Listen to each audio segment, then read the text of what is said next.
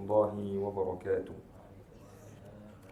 إن الحمد لله نحمده ونستعينه ونستهديه ونستغفره ونعوذ بالله من شرور أنفسنا ومن سيئات أعمالنا.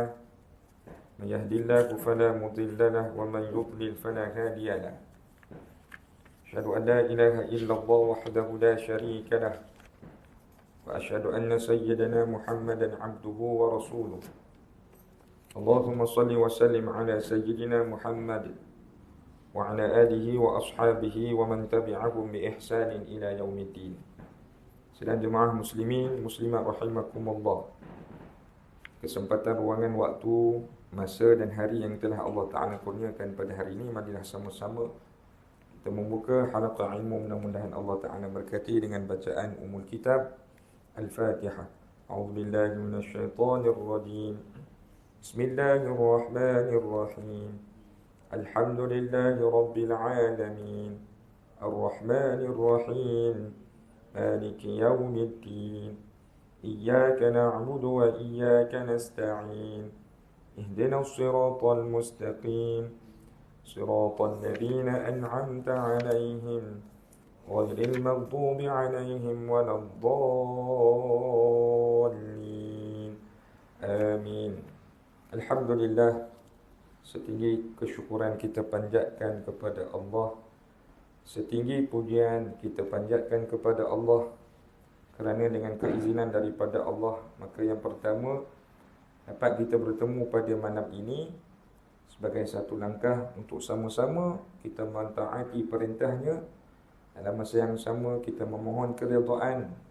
Mudah-mudahan dengan berkat majlis ilmu pada malam ini, Allah Subhanahu wa taala merahmati kehidupan kita. Amin ya rabbal alamin. Ashabul fadilah, Tuan Imam, Tuan Bilal, ahli jawatan kuasa surau, ma'asyiral muslimin wal muslimat yang hadir pada malam ini. Kita teruskan perbincangan berkaitan satu kitab yang dikarang oleh Al-Imam An-Nawawi Al-Bantani rahimahullahu ta'ala. Maka pada malam ini Ustaz akan membincangkan satu nasihat di dalam kitab ini, yang mana kata Al-Imam An-Nawawi Al-Bantani rahimahullahu ta'ala, qala al-musannifu rahimahullahu ta'ala wa nafa'na bihi wa bi'ulumihi fid daraini amin. Man taraka adh-dhunub raqa qalbuhu wa man taraka al-haram wa akala al-halal saffat fikratuhu. Kata Al-Imam An-Nawawi, yang bermaksud barang siapa yang meninggalkan dosa pada hari ini, maka akan lembutlah hatinya. Raqa qalbuhu, hatinya akan dilembutkan oleh Allah. Wa man taraka al-haram wa akala al-halal saffat fikratuhu. Yang kedua, barang siapa yang meninggalkan perkara yang haram, wa akalal halal, dan dia makan makanan yang halal ataupun daripada sumber yang halal, saffat fikratuhu, maka akan jernihlah fikirannya. Maka ma'asyiral muslimin wal muslimat rahimakumullah. Maka dalam nasihat ini apa yang boleh kita perhatikan? Kata Al-Imam An-Nawawi, di dalam kehidupan kita ini sidang jemaah, kita kena perhatikan dua anggota yang menjadi tunjang sama ada kehidupan kita ini terjerumus kepada orang yang beriman ataupun terjerumus kepada orang yang melakukan maksiat kepada Allah. Maka nak perhatikan di antara dua golongan tersebut, kita kena sentiasa bermuhasabah, sentiasa berhati-hati daripada sudut yang pertama, qalbun, hati kita. Yang kedua, daripada sudut fikratun, pemikiran kita. Kerana bila mana kita menjaga kedua-dua anggota anugerah yang telah Allah Ta'ala kurniakan kepada kita ini, maka akan selamatlah kita. Seperti mana sidang jemaah Allah Ta'ala menyebut dalam satu firman-Nya, yauma la yanfa'u malun wala banun illa man atallaha biqalbin salim. Pada hari pertemuan dengan Allah Ta'ala nanti, tidak ada manfaat keturunan kamu, harta benda kamu. Pada saat tersebut sidang jemaah tidak akan dipandang oleh Allah Ta'ala apa yang kamu kagumkan di atas dunia. Mungkin pada hari ini kadang-kadang kedudukan kita berbeza dengan orang lain daripada dua sudut tersebut.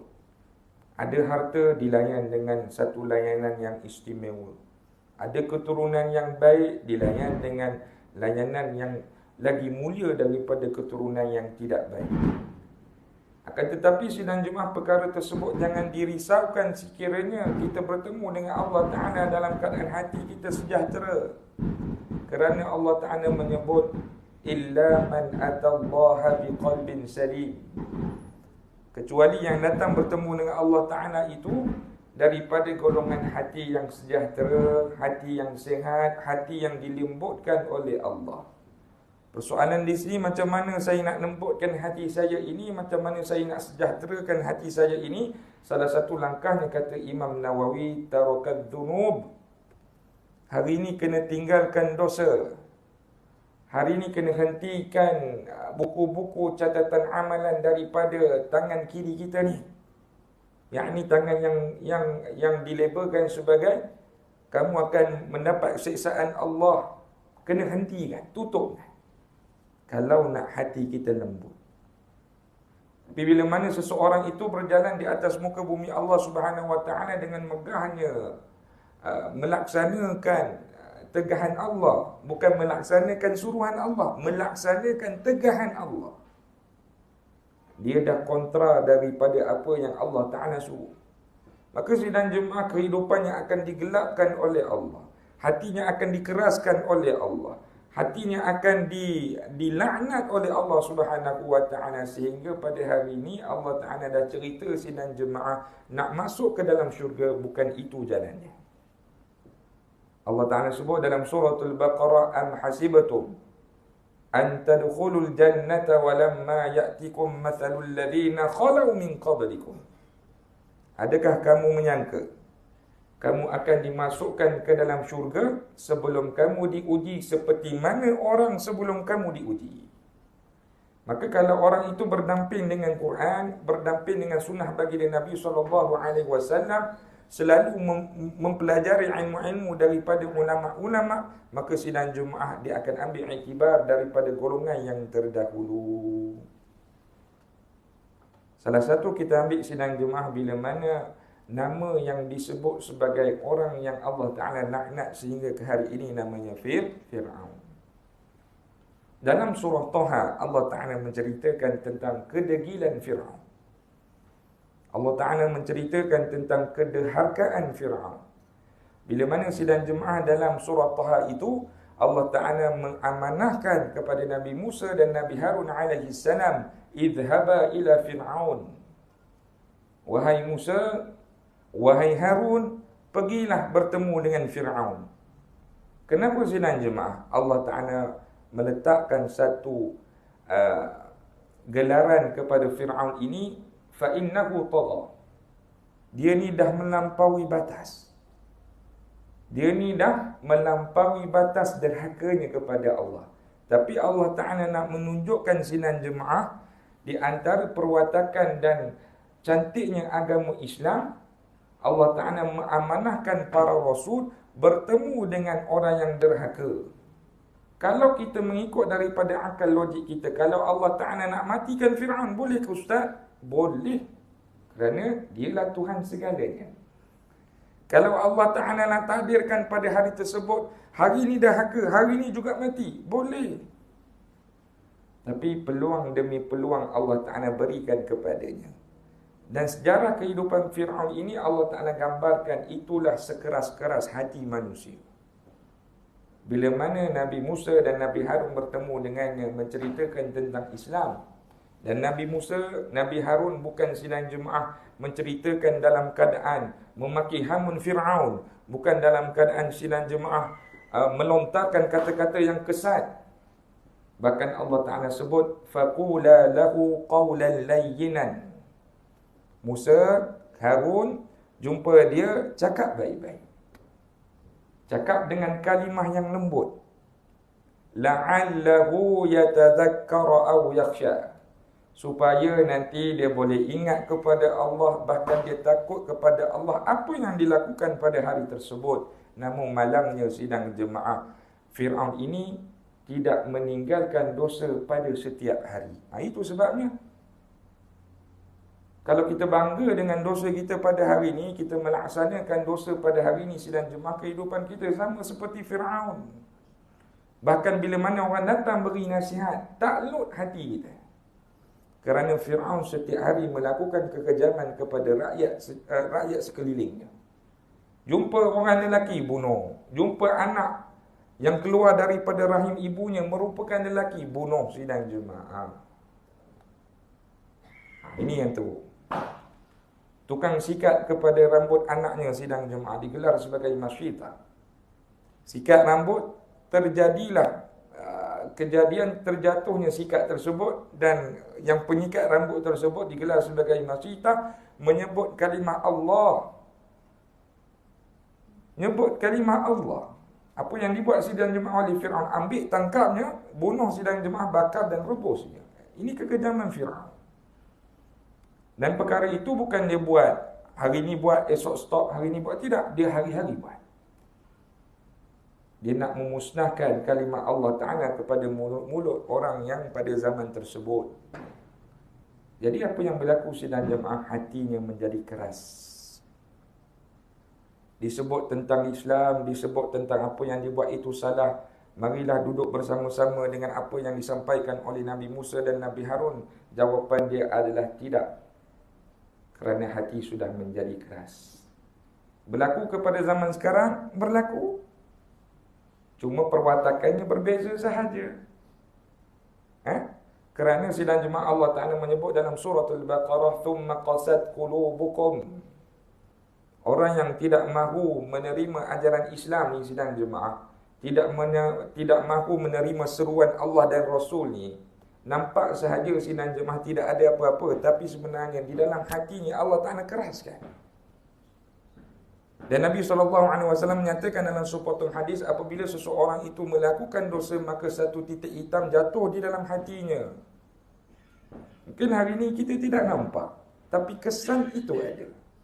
Maka Allah Ta'ala sebut, "Thumma qasat qulubukum," akan kami keraskan hatinya. "Fahiya kal hijarah," seumpama batu, "au asyaddu qaswah," atau lebih keras daripada batu. Sebab itu hari ini keluar tengok ciptaan Allah sidang Jumaat, salah satunya batu. Yang kita sidang Jumaat kadang-kadang tak perhatikan ciptaan Allah Ta'ala tentang batu. Maka batu ini ada diceritakan dalam Quran. Nak menggambarkan itulah hati kamu. Ambil sidang Jumaat batu, sifat batu ni keras. Kalau dilemparkan ke cermin kereta, dilemparkan ke cermin rumah, apa yang pecah? Cermin tersebut, bukan batu. Keras.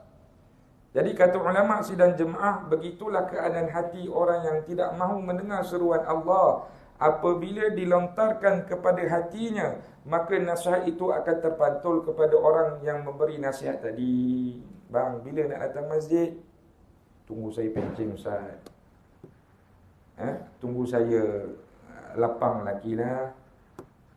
Sedangkan nasihat itu sudah dilontarkan kepada hatinya, namun sidang Jumaat dia memikirkan ini bukan tempat yang perlu dia hadir. Ini bukan tempat yang penting. Ini bukan tempat yang boleh beri aku manfaat.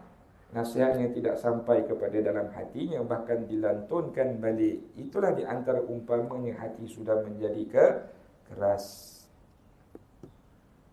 Punca hati menjadi keras ini salah satunya sidang Jumaat, lisannya tidak menyebut nama Allah. Antara perkara yang boleh kita ambil iktibar pada hari ini, jadikan ruang nyawa yang Allah Ta'ala beri, jadikan ruang masa yang Allah Ta'ala anugerahkan pada hari ini, jadikan nikmat kesihatan yang Allah Ta'ala anugerahkan pada hari ini, kena banyak sebut namanya. Kerana kata baginda Nabi SAW, "La takthirul kalam bighairi dzikrillah." Jangan banyakkan cakap kecuali menyebut nama Allah Subhanahu wa Ta'ala. Pesan Nabi. Kenapa sidang Jumaat kita tak boleh cakap banyak ni? Kerana kata baginda Nabi, "Fa inna kathratal kalam bighairi dzikrillah qaswatun lil qalbi." Siapa yang banyak cakap tapi tidak menyebut nama Allah, maka hatinya akan dikeraskan oleh Allah. Kata baginda Nabi di dalam hadis ini. Ini di antara puncanya. Orang yang tidak banyak menyebut nama Allah, maka hatinya tidak akan terkesan dengan Allah Subhanahu wa ta'ala. Maka kena banyak sebut namanya. Seorang ulama sidang jemaah menyatakan, Al-Imam Ibn Qayyim menyatakan, inna asyadda uqubatin nas fid dunya, sesungguhnya seberat-berat hukuman yang Allah Ta'ala berikan, timpakan kepada manusia di atas dunia, ayyumsik lisanuhu an dhikri, apabila Allah Ta'ala menahan lisannya daripada menyebut namanya, nama Allah Subhanahu wa ta'ala. Ini di antara bentuk hukuman. Kadang-kadang kita tak perasan. Nak menyebut, Tuan Imam sebut sidang jemaah, contohnya, afdhu dhikri fa'alam annahu la ilaha illallah. Menyeru kepada seruan sebut la ilaha illallah. Kadang-kadang sidang jemaah berat. Ada yang mendahulukan telefonnya, ada yang mendahulukan keinginan nafsunya, ada yang mendahulukan lenanya. Itu tanda-tanda hati kita. Maka kena banyakkan sebut nama Allah Subhanahu wa ta'ala. Dan dalam hadis ini kata baginda Nabi, wa inna ab'adan nas minallah al-qalbul qasi. Sesungguhnya orang yang jauh daripada Allah Subhanahu wa ta'ala adalah orang yang mempunyai hati yang keras. Kehidupan kita pada hari ini kita tahu, satu hari nanti saya akan mati, Ustaz. Kok mana pun saya akan bertemu dengan sakaratul maut. Kok mana pun, Ustaz, saya akan duduk di dalam liang lahat. Kok mana pun, Ustaz, saya akan menjawab persoalan para malaikat. Kok mana pun, Ustaz, saya akan menerima hukuman daripada Allah. Semua orang beriman. Tapi pada hari ini masalahnya sidang jemaah, kita tidak ada ketakutan dalam perkara tersebut. Tidak ada. Bahkan kita merasa selesa dengan umur yang panjang. Yang mana Allah Ta'ala sebut dalam Quran, وَلَا يَحْسَبَنَّ الَّذِينَ كَفَرُوا أَنَّمَا نُمْلِي لَهُمْ خَيْرٌ لِأَنفُسِهِمْ. Jangan kamu menyangka, Allah Ta'ala kata, bila mana orang-orang kafir ini diberikan nyawanya yang panjang, itulah terbaik bagi dia. Allah Ta'ala kata, jangan kamu menyangka. Innama numli lahum liyazdadu ithma. Sesungguhnya panjangnya tempoh umurnya, maka lagi banyaklah dosanya akan disoal oleh Allah Ta'ala berkaitan tentang apa yang dilakukan di atas dunia. Sebab itu hari ini kita melihat kenapa Allah Subhanahu Wa Ta'ala tak tolong dengan cepat rakyat Palestin ni.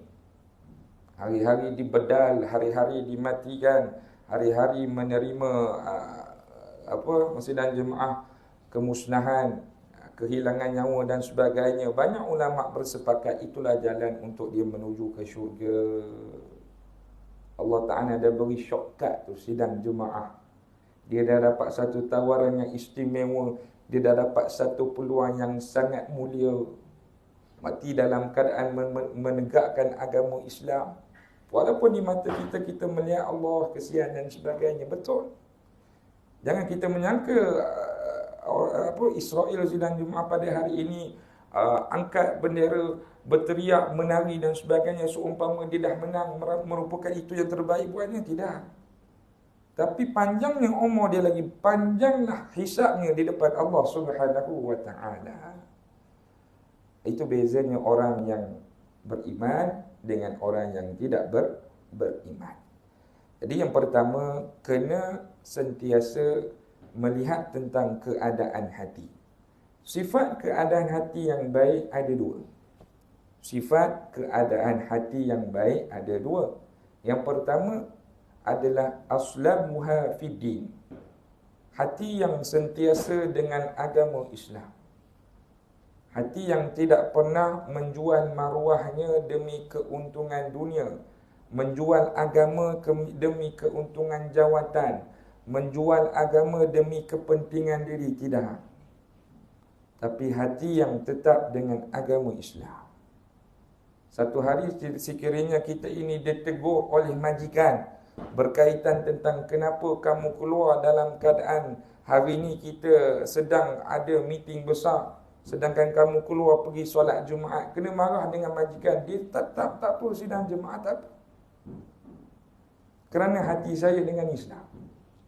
Dia rela dimarah, dia rela dimaki, dia rela dibuang pekerjaan, tak apa. Kerana hati saya dengan Islam. Banyakkah orang boleh buat macam tu? Tanya diri sendiri. Ada orang dia sayang kerjanya, sanggup meninggalkan kefarduan Jumaat.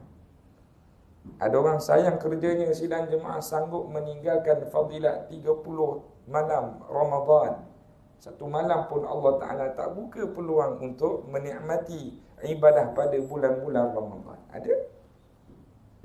Tapi kita hari ini bersyukur Allah Ta'ala tak uji dengan perkara tersebut.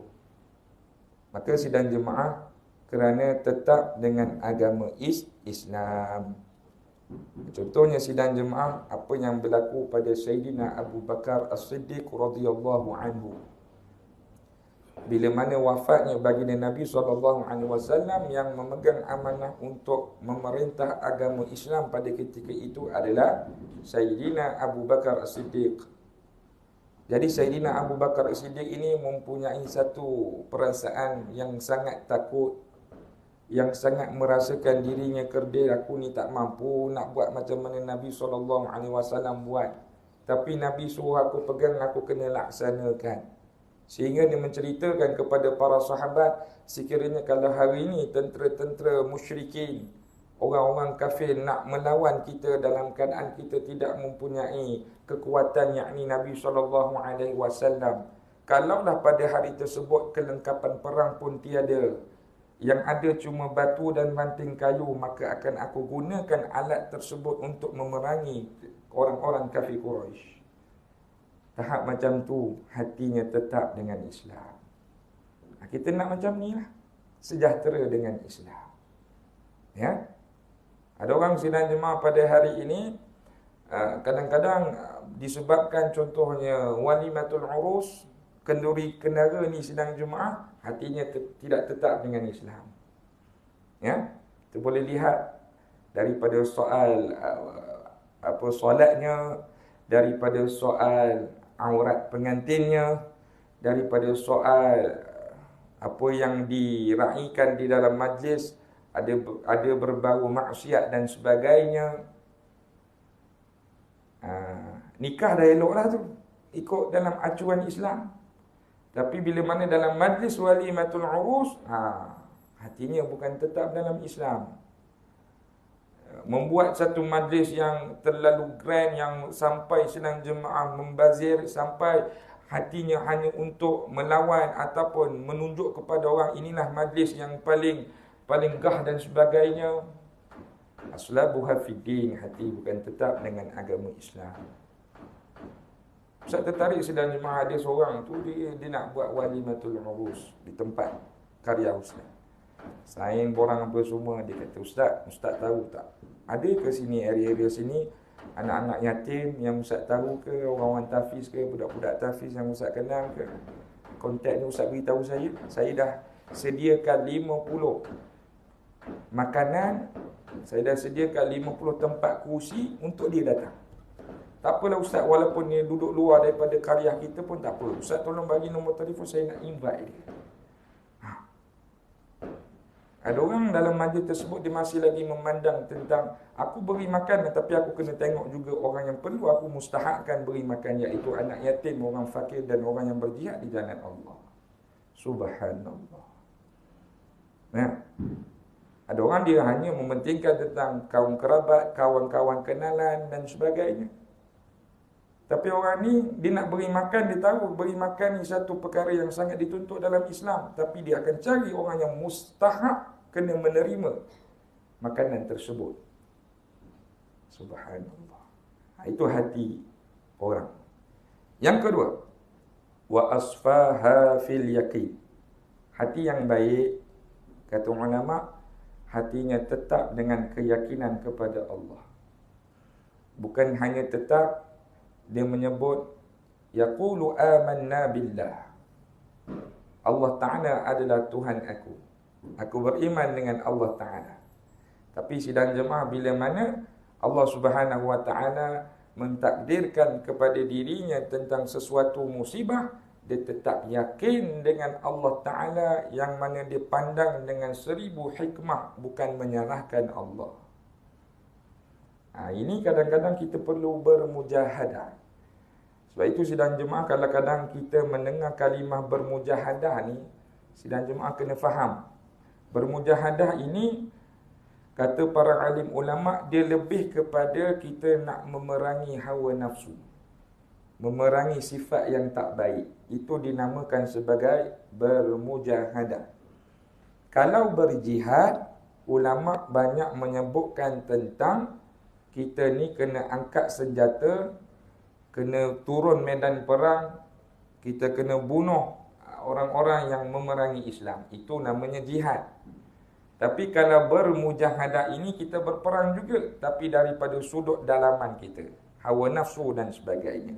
Jadi sidang jemaah, kata para alim ulama', orang yang yakin dengan Allah, apabila ditakdirkan dengan sesuatu perkara, musibah dan sebagainya, dia bermujahadah lawan sangkaan-sangkaan buruk dan tetap yakin ini adalah yang terbaik daripada Allah Subhanahu wa ta'ala. Berlaku kepada zaman terdahulu, berlaku pada para nabi, pada para rasul, sidang jemaah berlaku. Kita ambillah sidang jemaah dalam kehidupan Maryam. Dalam kehidupan Maryam, yang macam mana nak membawa seorang anak yang dilahirkan tanpa suami, iaitu Nabi Isa alaihissalam. Dia nak bawa macam mana ni? Berdepan dengan orang, seorang anak yang tidak ada suami bila mana dilahirkan. Dan memang sedang jemaah Allah Ta'ala takdirkan, di dalam rahimnya itu memang ada seorang insan yang baik, yang mana dilahirkan tanpa seorang suami. Maka sidang jemaah orang kenal, Maryam ni adalah orang yang taat, kaki ibadah, tidak pernah menyakitkan hati orang. Tiba-tiba satu hari nak berdepan dengan orang membawa seorang bayi yang baru dilahirkan. Kalau orang lain dan sidang jemaah berteriak dah tu, macam mana aku nak jawab ni?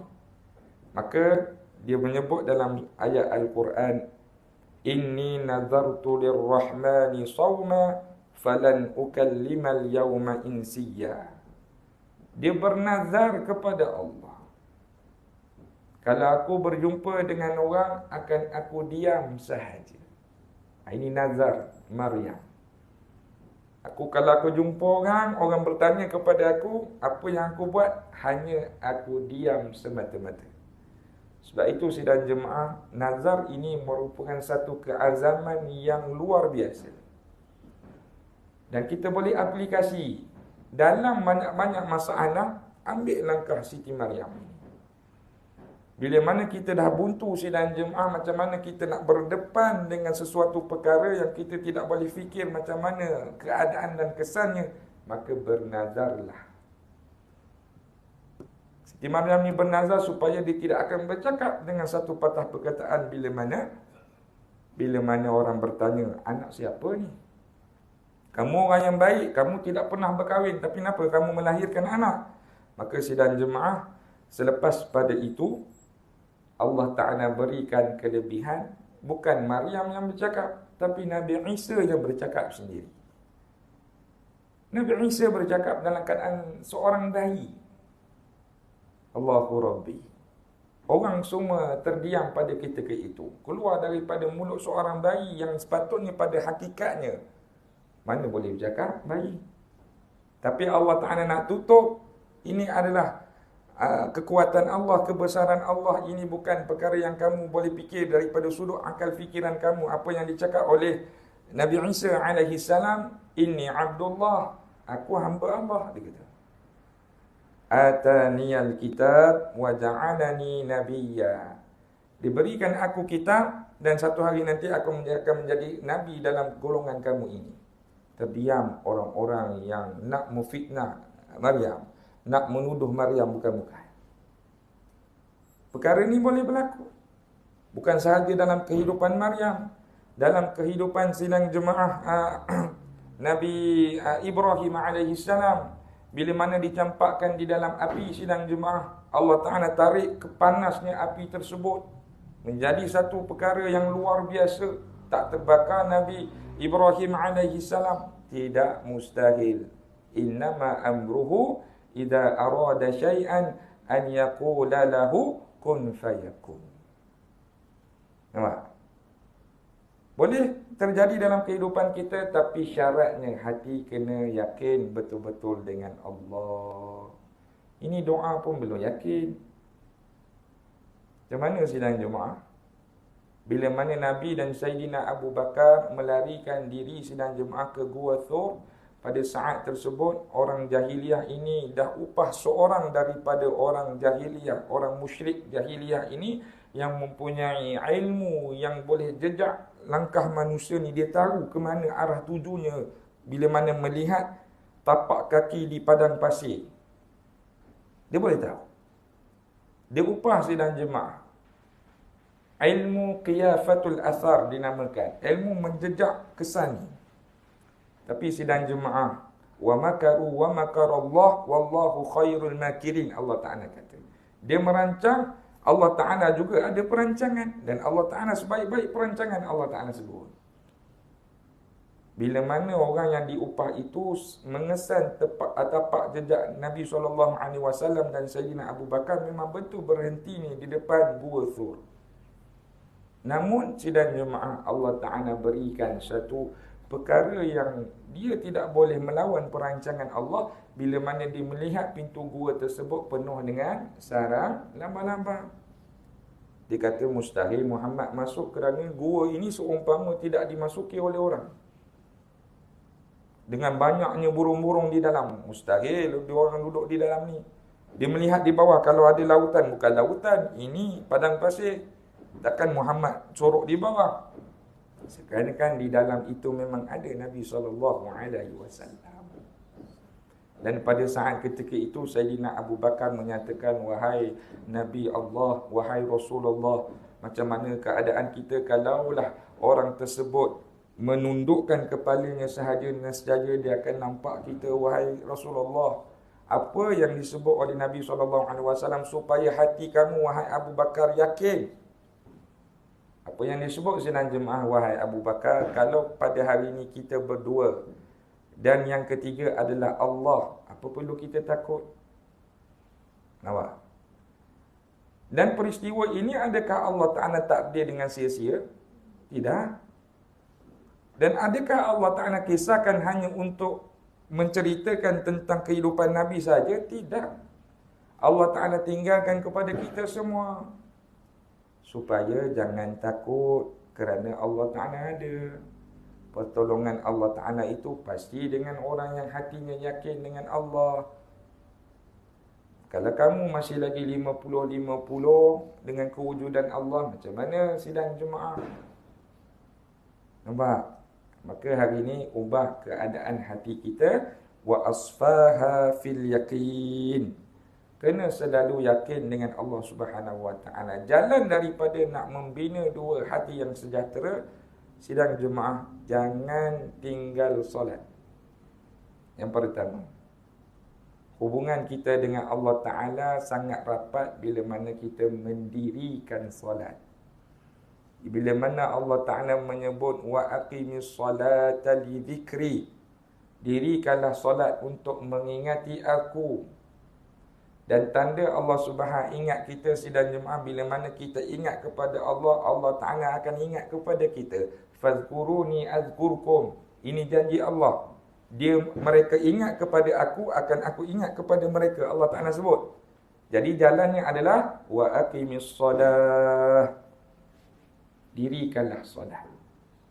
Dalam masa yang sama sidang jemaah, jalan mendirikan solat ni bukan setakat kita dirikan solat. Bahkan hari ni kena ambil iktibar yang kedua, jaga solat.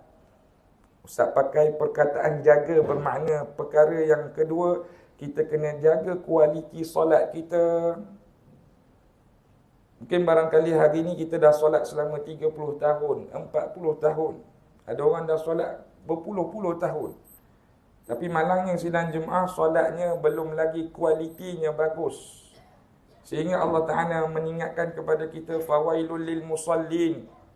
Ada orang yang solat ini dalam keadaan Allah Ta'ala celakakan dia. Kenapa? alladzina hum an salatihim sahun.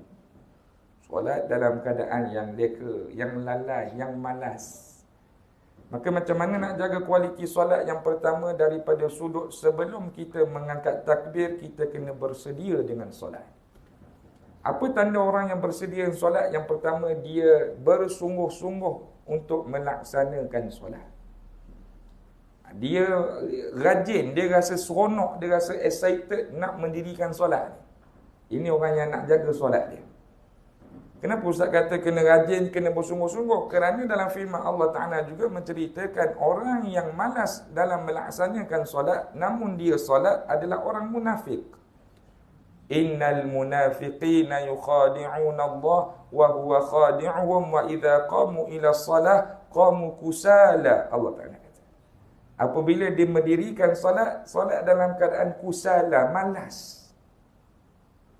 Bahkan Allah Ta'ala kata itulah al-munafiqin, orang munafik. Allahu Akbar. Maka hari ini kena bersemangat dalam melaksanakan solat. Senang Jumaat, Ustaz berhenti senyap, beri laluan pada azan. Kita takut ahli qaryah di luar sana menanti bila masuk waktu isyak. Silakan Tuan Bilal sekejap. Naumkan azan terlebih dahulu. Sekejap lagi Ustaz akan sambung. Silakan Tuan Bilal. Boleh? Mana seorang-seorang? Tuan Bilal ke? Siapa-siapa yang boleh nak melaungkan azan, silakan. Beri laluan dahulu.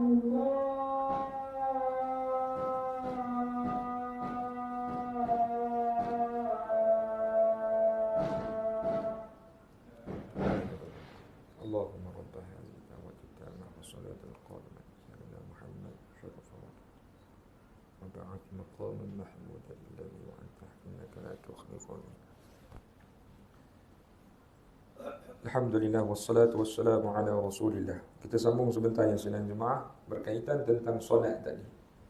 Kesidang jemaah, solat ini di antara ibadah secara langsung kita berhubung dengan Allah Subhanahu wa taala. Maka sidang jemaah, kalaulah sekiranya orang itu tidak mendirikan solat, tidak menunaikan haknya dalam mendirikan solat, maka sidang jemaah mereka akan melupakan Allah secara automatiknya. Bahkan sidang jemaah bukan sahaja dia melupakan Allah, bahkan Allah Ta'ala menyebut Allah Ta'ala juga melupakan mereka. وَلَا تَكُونُوا كَالَّذِينَ نَسُوا اللَّهَ فَأَنْسَاهُمْ أَنْفُسَهُمْ أُولَٰئِكَ هُمُ الْفَاسِقُونَ. Dalam suratul Hasyr, Allah Ta'ala kata bila mana mereka itu melupakan Allah, maka Allah Ta'ala akan melupakan mereka. Maka sidang jemaah perbaiki solat. Yang pertama, bersedia dengan solat. Datanglah awal ke masjid, ya, solatlah di awal waktu, bersedia dengan bersungguh-sungguh. Yang kedua, sidang jemaah sebelum mengangkat takbir, hadirkan perasaan kita sedang menghadap zat, yakni Allah Subhanahu wa taala. Bukan hanya semata-mata kita melafazkan nawaitu usolli sahaja, bahkan di dalam hati ini bersedia dengan menghadirkan perasaan aku sedang menghadap Allah. Bukankah di dalam Islam itu ada satu sifat ihsan yang mana dijawab oleh baginda Nabi bila mana malaikat Jibril bertanyakan tentang ma huwal ihsan, apakah kamu faham ya Muhammad tentang ihsan? Dan Nabi menyebut anta'budallaha ka'annaka tarahu, apabila aku beribadah kepada Allah seumpama aku melihatnya, fa illam takun tarahu fa innahu yaraka, dan apabila aku tidak dapat melihatnya, aku akan mendatangkan hadir perasaan ini bahawasanya Allah Ta'ala sedang melihat aku. Itu namanya ihsan. Kita kurang ihsan dalam solat kita. Sebab itu bila mana mengangkat takbir sampai innaka hamidum majid, tidak pernah rasa malu dengan apa yang pernah kita buat, tidak pernah rasa takut dengan azab api neraka Allah, tidak pernah rasa menyesal dengan perbuatan yang pernah kita lakukan depan Allah Subhanahu wa taala, kerana tidak ada ihsan ketika solat. Nah, hari ini kena ubah. Kita sedang menghadap Tuhan sekalian alam, bukan menghadap orang kata satu perkara yang kita boleh main-main. Maka sidang jemaah, Imam Syaiban ditanyakan satu soalan kepadanya, wahai Imam, apakah hukum sekiranya aku ni kalau solat dalam keadaan aku melupakan sama ada aku ni berada di dalam rakaat yang ketiga ataupun yang keempat. Ditanyakan suatu soalan kepada Imam Syaiban. Apa Imam Syaiban jawab? Jawapan daripada mazhab aku, dia kata. Menurut daripada mazhab dia, yakni apa yang dipeganglah. Sekiranya ada orang berjumpa dengan aku, bertanyakan soalan tersebut, maka aku akan pertama sebab dia dahulu. Sebab sebenarnya. Sebab dahulu. Hari ini kita tak adalah macam tu. Tapi nak ceritakan Imam Syaiban nak beritahu kalau boleh solat jangan main-main. Wahai Imam, kenapa kamu melaksanakan hukuman sebab? Maka Imam Syaiban menyatakan, tidak wajar bagi seorang hamba Allah yang makan kenikmatan daripada Allah, yang menjalani kehidupan daripada apa yang diberikan oleh Allah, yang menghidup udara, kata Imam Syaiban, yang datangnya daripada Allah, namun bila mana menghadap Allah, dia lupa pada Allah. Itu dia kata aku sebab dia. Berikan peringatan supaya kalau boleh dalam solat jangan main-main. Kalau kita beritahu pada anak kita, abang, kalau belajar jangan main-main. Harapan besar ayah ni. Di sekolah nanti, balik sekolah, ayah akan tanya, abang ni kenapa tak boleh jawab soalan ni? Janganlah main-main bang dalam belajar. Betul tak? Seorang ayah, seorang mak kata kalau boleh belajar ni buat betul-betul, berjaya. Begitulah juga Allah Ta'ala mengharapkan kita kalau boleh sidang jemaah solat tu biarlah betul-betul. Alladzina hum an salatihim khashi'un. Orang yang berjaya Allah Ta'ala sebut orang yang solat dalam keadaan khusyuk. Macam mana nak datangkan khusyuk? Itulah di antaranya. Yang kedua, nak datangkan khusyuk, kata ulama, solatlah seumpama ini merupakan hari yang terakhir. Solat umpama ini merupakan hari yang terakhir. Solatlah sidang jemaah seumpama hari ini hari yang terakhir kita hidup di atas dunia. Kita bila ada rasa macam tu, setiap perkataan yang kita lafazkan di dalam solat akan bertambah keyakinan kita kepada Allah Ta'ala. Dan yang terakhir, hubungan kita dengan Allah Ta'ala akan dipermudahkan dalam urusan solat kita bila mana kita melihat macam mana keadaan diri kita selepas solat. Sedangkan Allah Ta'ala kata banyak fadilat di dalam solat, di antaranya innas salata tanha 'anil fahsya'i wal munkar. Solat akan mencegah diri kamu daripada perkara fahsya'i wal munkar, perkara keji dan perkara-perkara yang hina. Bila mana kita selepas solat, banyak perkara baik yang kita melakukan daripada perkara-perkara yang buruk. Alhamdulillah, solat kamu berkualiti. Namun maknanya kalau sekiranya pada hari ini kita solat dalam keadaan makin banyak dosa yang kita buat, makin seronok dengan maksiat yang kita lakukan, maka solat kita itu ada something wrong. Apa something wrongnya? Wallahu ta'ala alam. Mungkin kamu solat kerana manusia. Mungkin kamu solat sidang jemaah tidak menghayati. Mungkin kamu solat dalam keadaan kamu tidak ikhlas kepadanya. Wallahu ta'ala a'lam. Maka perbaikilah solat. Subuh tadi ustaz, saya solat dalam keadaan saya lupa pada Allah. Maka zuhur jangan main-main. Kerana tadribat, latihan solat itu Allah Ta'ala beri 5 kali sehari. Latihan solat ni 5 kali. Adanya subuh, adanya zuhur, asar, maghrib dan isyak. Jangan kelima-lima tu solat kita dalam keadaan yang tidak baik. Kalau dah kecundang pada waktu subuh, zuhur buat yang terbaik.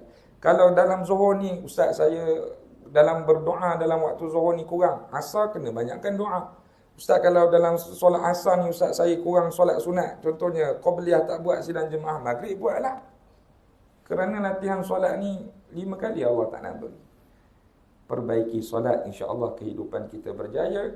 Cukuplah setakat itu. Aqulu qawli hadha wa astaghfirullahal azim li wa lakum. Wassalamualaikum warahmatullahi ta'ala wabarakatuh. Aqimis salat.